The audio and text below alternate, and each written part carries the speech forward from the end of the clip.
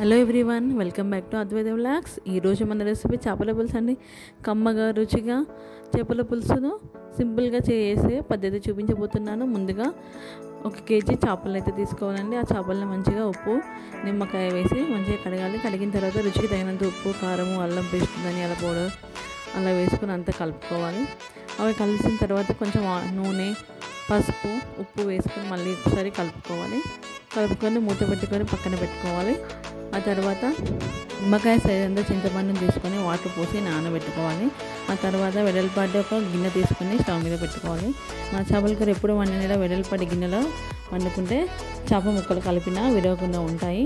So గిన్నె ముక్కడు పెట్టుకొని అందులో కొంచెం ఆయిల్ వేసుకుని ఇలా చేప ముక్కలను ఫ్రై చేసుకోవాలి. లైట్గా ఇలా ఫ్రై చేసుకోవడం వల్ల చేప ముక్క అనేది పచ్చి వాసన లేకుండా బాగుంటుంది.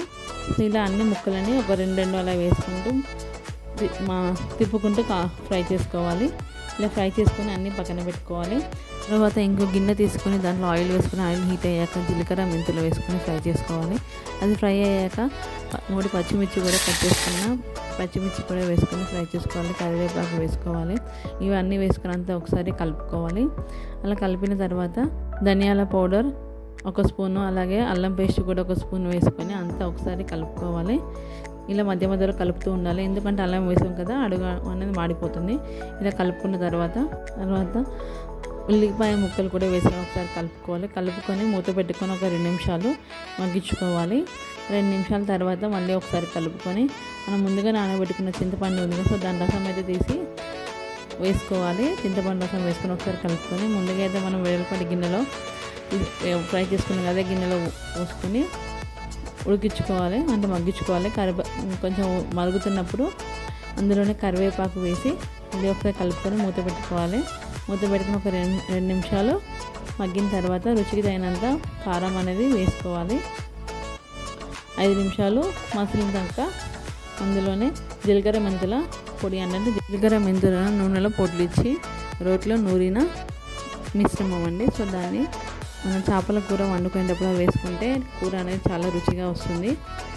పెట్టుకొని ఒక 2 నిమిషాలు పులుసు అనేది మసలించుకోవాలి. ఆ తర్వాత మూత తీసాక మనం ముందుగా అయితే చేప ముక్కల్ని ఫ్రై చేసుకున్నాం కదా, సో ఆ చేప ముక్కల్ని ఒక్కడిగా ఆ పులుసులో వేసి కలుపుకోవాలి.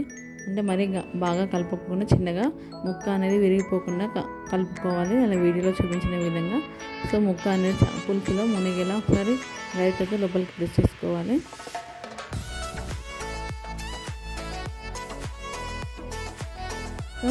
మళ్ళీ ఒకసారి మూత పెట్టుకొని ఒక 5 నిమిషాలు అనేది మగ్గించుకోవాలి. 5 నిమిషాలు మగ్గిన తర్వాత ఒకసారి కలుపుకోవాలి లైట్గా.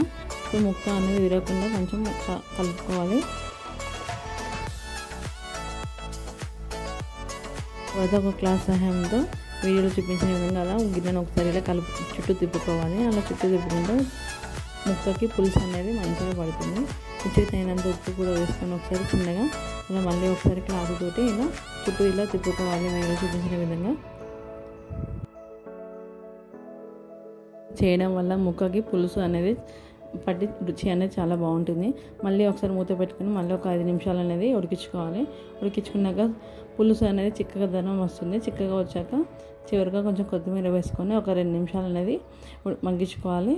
2 నిమిషాల తర్వాత చేప ముక్కను మనం ఒకసారి ఇలా తీసి చూస్తే ఎరుపు రంగులోకి వచ్చిందంటే చేపల కూర అనేది మంచి రుచిగా రెడీ అయిపోయినట్లే అండి. సో చేపల కూరను వేడిగా ఉన్నప్పుడు తినడం కంటే కొంచెం చల్లారాక తింటే చాలా బాగుంటుంది. చేపల కూరను వండుకున్న రోజు కంటే ఇంకా తెల్లారి ఇంకా టేస్ట్ అనేది చాలా బాగుంటుంది. ఇలా సింపుల్ అండ్ రుచిగా రావాలంటే ఇలా ఒకసారి ట్రై చేయండి. ఈ వీడియో నచ్చితే లైక్ చేయండి. ఛానల్ని కొత్తగా చూస్తున్న వాళ్ళు సబ్స్క్రైబ్ చేసుకోండి. Thanks for watching.